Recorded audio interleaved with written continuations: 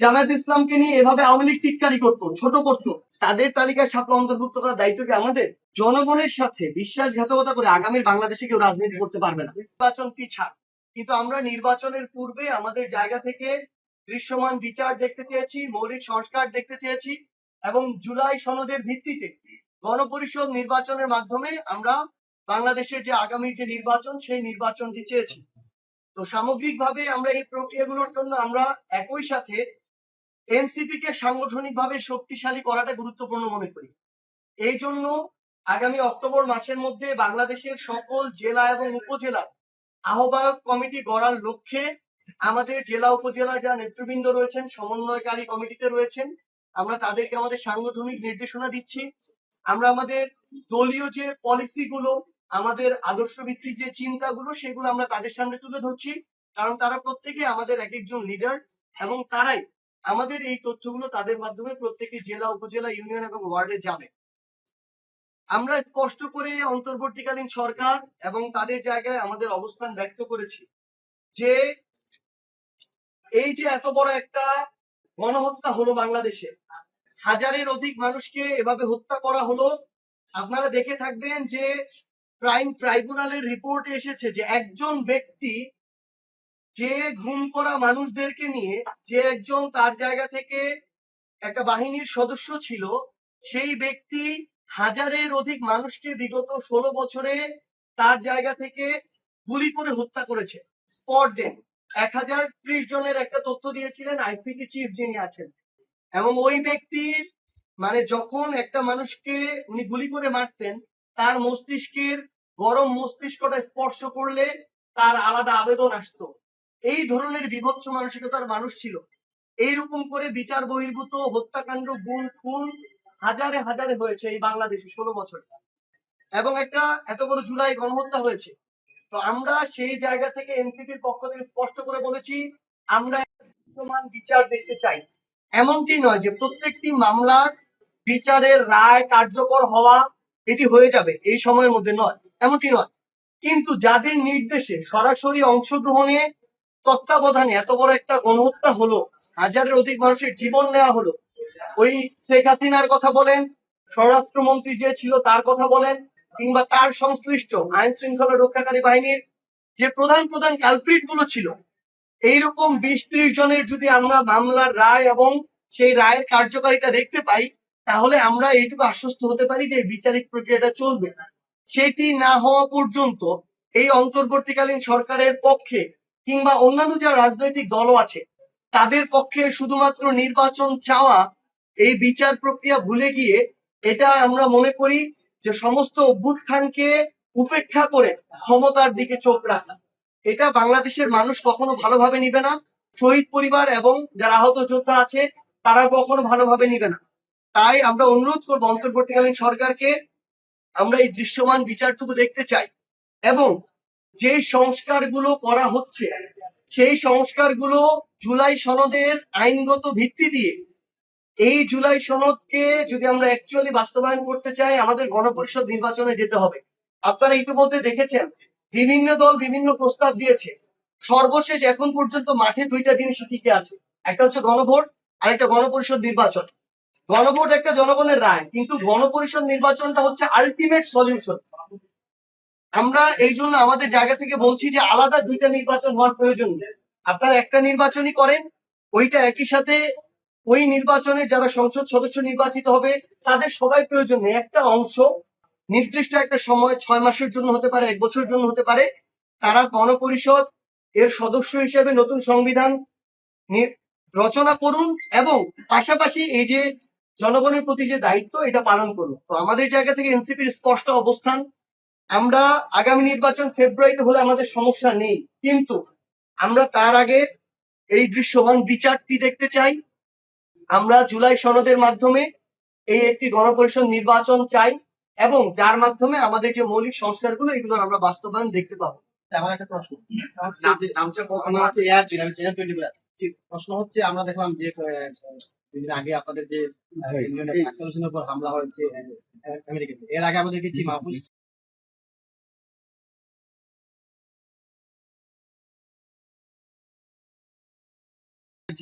এই একটা প্রশ্ন। আরেকটা প্রশ্ন হচ্ছে যে আপনারা ইতিমধ্যে নিবন্ধন পাচ্ছেন, কিন্তু সেখানে আপনাদের প্রতীক শাপলা দেওয়া আছে। শাপলা আপনারা প্রতীক না পেলে সেই ক্ষেত্রে আপনাদের আসলে কর্মসূচিগুলো কি? এই প্রশ্নটা আমারটাও করে রাখি, একসাথে উত্তর দিন।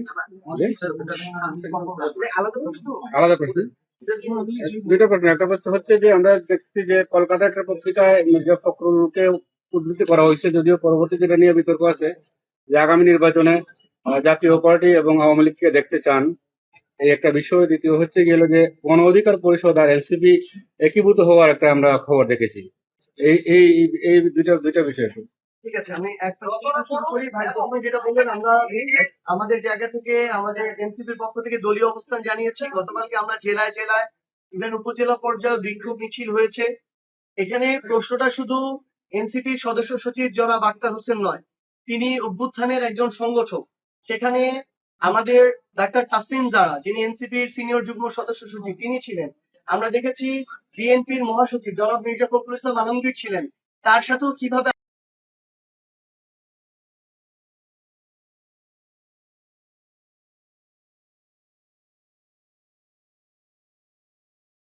কিন্তু নিয়ে যাওয়ার পরে আগেই তার এই প্রত্যেকটি বিষয় বিবেচনা করার কথা ছিল। তারা তাদের জায়গা থেকে একটা প্রেস রিলিজ দিয়ে বলেছে যে তারা চেষ্টা করেছে কিন্তু একই প্রোটোকলে নিতে পারেনি। তাহলে কোন প্রোটোকলে নিলে আপনারা তাদেরকে ভালোভাবে তাদেরও নিরাপত্তা দিতে পারতেন, এটা আপনার আগেই চিন্তা করা দরকার ছিল। তো আপনি এরকম একটা সফরেও সকল বিষয়গুলো চিন্তা করে আপনি সফরটাকে সাজাননি, এটা আপনাদের সরকারের একটা দুর্বলতার প্রকাশ পেয়েছে। ডিজাইন, এলিগেন্স, বিউটি, সেরা পণ্য সবার জন্য জেভিকো। এই প্রকাশটা শুধু এই সফরে না, পুরো বাংলাদেশে আমরা বিভিন্ন জায়গায় এটা দেখতে পাচ্ছি। তো আমরা স্পষ্ট করে বলেছি অন্তর্বর্তীকালীন সরকারের উপর অবশ্যই এই দায় যায়, এবং পররাষ্ট্র মন্ত্রণালয় বলেন, সেখানে বাংলাদেশে এম্বাসিতে যারা আছেন তাদের জায়গা থেকে আমরা বিভিন্ন ধরনের দায়িত্বের গাফিলতি এবং আওয়ামী লীগ বা আওয়ামী লীগের সমর্থকদেরকে সহযোগিতা করার বিভিন্ন তথ্য পেয়েছি। আমরা চাই সুস্পষ্টভাবে এগুলোর সাথে যারা সম্পৃক্ত তাদেরকে ওই দায়িত্বগুলো থেকে তাদেরকে বরখাস্ত করে তাদেরকে শাস্তির আওতায় নিয়ে আসতে হবে। কারণ তারা একটা দলকে পিছন থেকে সুবিধা দিতে গিয়ে, স্বৈরাচারী দলকে পিছন থেকে সুবিধা দিতে গিয়ে তারা রাষ্ট্র এবং সরকারের সাথে বিশ্বাসঘাতকতা করেছে। আমরা স্পষ্টভাবে এই আবেদনটি জানিয়েছি, এবং আমরা একটা জিনিস শুধু বলি, বাংলাদেশের জনগণের কাছে তাদের কোন স্থান নেই। ওই ফ্যাসিস্ট স্বৈরাচারের যারা দোসর আছে তাদের তাদের যারা অভিভাবক, তারা ভয়ে, জনগণের ভয়ে তারা দেশ ছেড়ে পালিয়েছে। কারণ জানে তারা এতদিন ধরে জনগণের সাথে অন্যায় করেছে, জুলুম করেছে, লুটপাট করেছে, জনগণের অধিকার হরণ করেছে। তো তাদের এই ধরনের কিছু উচ্ছিষ্ট কালপ্রিট কর্মী যদি মনে করে দেশের বাইরে এভাবে বাংলাদেশের রাজনৈতিক দলের বিভিন্ন নেতা কর্মীকে তারা এভাবে বিব্রতকর অবস্থায় ফেলতে পারবে, এটা আমরা আমাদের জায়গা থেকে হতে দিব না। আমরা স্পষ্ট করে বলতে চাই, সরকারকে তাদের বিরুদ্ধে চাইলে সরকার এম্বাসির মাধ্যমে ব্যবস্থা নিতে পারে। এই ব্যবস্থা সরকারকে নিতে হবে, এবং তারা যেহেতু খুনের যারা খুনি, খুনের দোষে তাদেরকে সঙ্গ দিচ্ছে, তারাও এই দোষে একই সাথে দোষী। তো তাদের বিরুদ্ধে যেন উপযুক্ত ব্যবস্থা নেওয়া হয়। আপনারা আরো দুইটা কথা এসেছে এখানে। একটা হচ্ছে যে গণ অধিকার পরিষদের বিষয়ে আমরা এটা একাধিকবার বলেছি। আমরা গণ অধিকার পরিষদ সমসাময়িক সময়ের একটি রাজনৈতিক দল। কোটা সংস্কার আন্দোলন 2018 থেকে উঠে আসা, নূর ভাই নেতৃত্ব দিচ্ছেন আহ্বায়ক হিসেবে। তিনি, তারও একটা বিশাল লড়াই সংগ্রাম রয়েছে, এবং আমরা চাই যে আমরা যারা একই চিন্তা ভাবনার, একই পন্থার আদর্শের রাজনৈতিক দলগুলো রয়েছে, আমরা ঐক্যবদ্ধ হতে। কারণ বাংলাদেশের মানুষ আমাদের ঐক্যবদ্ধভাবে দেখতে চায়। বাংলাদেশের মানুষ তখন আস্থাটা পাবে যখন আমরা একসাথে কাজ করবো, একসাথে আবার লড়াইটা করব। ওই আস্থা অভ্যুত্থানে পেয়েছিল কারণ আমরা এক হয়ে লড়াই করেছিলাম। তো আমরা মনে করি যে বাংলাদেশের মানুষ আমাদেরকে এক হয়ে দেখতে চায়। এই বিষয়ে আমাদের আলোচনা চলছে, এখনো সিদ্ধান্তে পৌঁছায়নি। পজিটিভ আলোচনা চলছে। আমরা আশা করি যে দেশ এবং জনগণের স্বার্থে আমরা এই আলোচনার একটা সম্মানজনক সমাধানে পৌঁছাতে পারবো, এবং একসাথে আমরা আগামীর বাংলাদেশে জনগণের প্রতিনিধিত্ব করতে পারবো। শেষ করে দিই।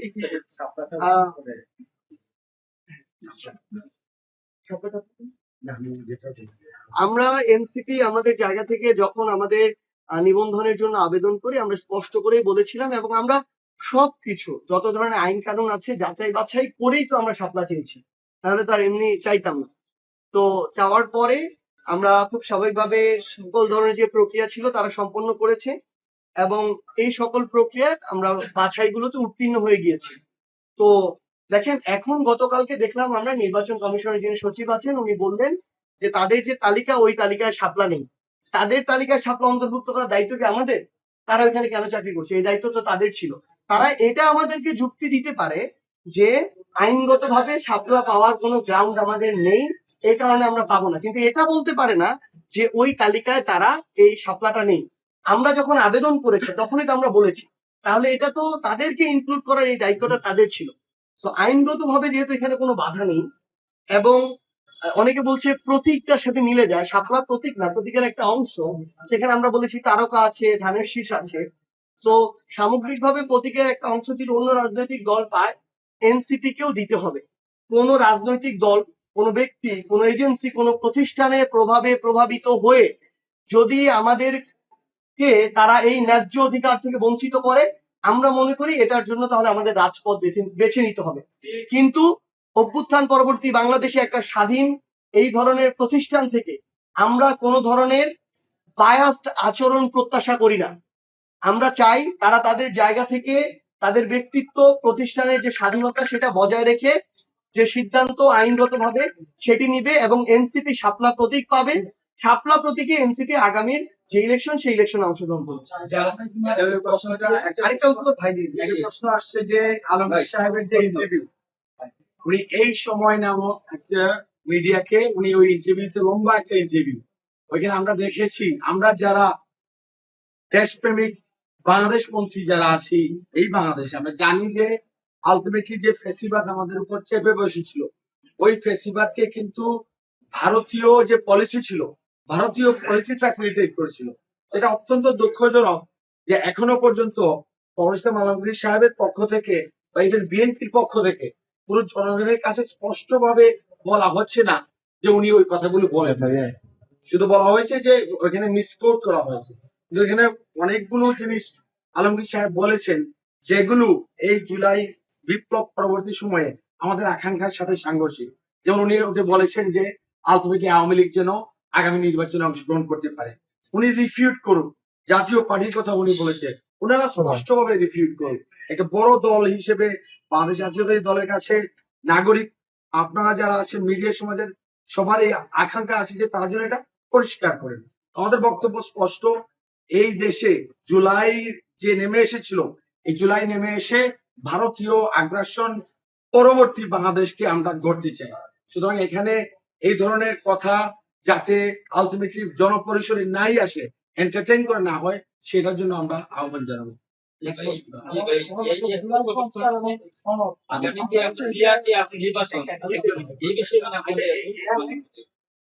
আপনার নামটা বলে না। আমরা জানি আপনার আগামী নির্বাচনকে নিয়ে আপনার পিআর পদ্ধতি যে নির্বাচনটা এই বিষয়ে মানে আপনাদের অনুমতিটা কি এবং আপনারা কি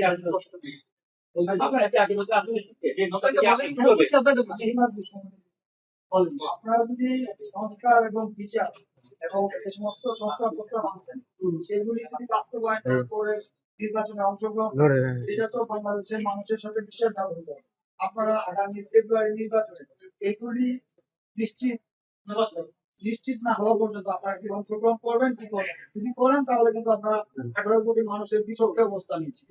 ভাই আপনার জাস্ট একটা জিনিস বলি, আপনি আপনার প্রশ্নের উত্তর দিয়ে দিয়েছেন যে মৌলিক যে সংস্কারগুলো সেটা, আর যদি হচ্ছে দৃশ্যমান বিচার এবং বাংলাদেশে যে আমরা গণপরিষদের মাধ্যমে নতুন সংবিধান চাচ্ছি, অন্তত এই বিষয়গুলোতে যদি আমরা আমাদের জায়গা থেকে মানে আমাদের শক্ত অবস্থানটা বজায় না রাখি, তাহলে জনগণ মনে করবে আমরা জনগণের সাথে বিশ্বাসঘাতকতা করছি। আপনি বলেছেন এবং আমরা এটা একমত, এবং আমরা মনে করি জনগণের সাথে বিশ্বাসঘাতকতা করে আগামীর বাংলাদেশে কেউ রাজনীতি করতে পারবে না। ভাই একটু আগে একটা কথা বলেছেন, আমি শুধু অ্যাড করি, আমরা জনাব মির্জা ফখরুল ইসলাম আলমগীরকে অত্যন্ত শ্রদ্ধা করি, আমরা তাকে সজ্জন ব্যক্তিও মনে করি, কিন্তু আমরা স্পষ্ট করে শুধু তাকে নয়, শুধু বিএনপি কে নয়, পুরো বাংলাদেশে যারা আগামীতে রাজনীতি করতে চান আমরা স্পষ্ট করে বলি, ভারতীয় আধিপত্যবাদের অধীনে বাংলাদেশে আর কোনো রাজনীতি চলবে না। ভারতের আশীর্বাদ পুষ্ট হয়ে বাংলাদেশে কেউ ক্ষমতা আসতে পারবে না। কোন রাজনৈতিক দলকে ছোট করে টিটকারি করে যারাই করেছে, আজকে থেকে 2 বছর আগে বিএনপি জামায়াত ইসলামকে নিয়ে এভাবে আওয়ামী লীগ টিটকারি করতো, ছোট করতো, যারাই করেছে তাদের পরিণতি আগামী বাংলাদেশের রাজনীতিতে ভালো হবে না। আমরা স্পষ্ট করে আরো কিছু জিনিস আপনাদেরকে শুধু বলে দেই যে আগামীতে এই বাংলাদেশে যারা 24-এর অভ্যুত্থানে হাজারের অধিক মানুষকে খুন করেছে, সেই ফ্যাসিস্টদের অংশগ্রহণে আগামীর বাংলাদেশে কোনো নির্বাচন হবে না। আওয়ামী লীগ এই বাংলাদেশের কোনো নির্বাচনে আগামীতে আর অংশগ্রহণ করতে পারবে না। আমরা ওই প্রক্রিয়ার দিকে যাচ্ছি যে এখন তাদের কার্যক্রম নিষিদ্ধ হয়েছে, বিচারিক প্রক্রিয়ায় আওয়ামী লীগ দল হিসেবে তাদের বিচার হবে এবং দল হিসেবে তাদেরকে নিষিদ্ধ হতে হবে। বাংলাদেশে না, পৃথিবীর কোনো জায়গায় ফ্যাসিস্টের বিরুদ্ধে লড়াইকারী, বিপ্লবের সাথে যারা লড়াই করেছে, যারা গণ অভ্যুত্থানে লড়াই করেছে, ছাত্র জনতা, তারা এবং ফ্যাসিস্ট একসাথে কোনোদিন কোনো দেশের রাজনৈতিক কাঠামোতে কাজ করতে পারে না। হয় তারা থাকে, না হয় যারা অভ্যুত্থানের পক্ষে ছিল তারা থাকে। বাংলাদেশের ছাত্র জনতা ওই 5ই অগাস্টে তাদের চ্যাপ্টার ক্লোজ করে দিয়েছে।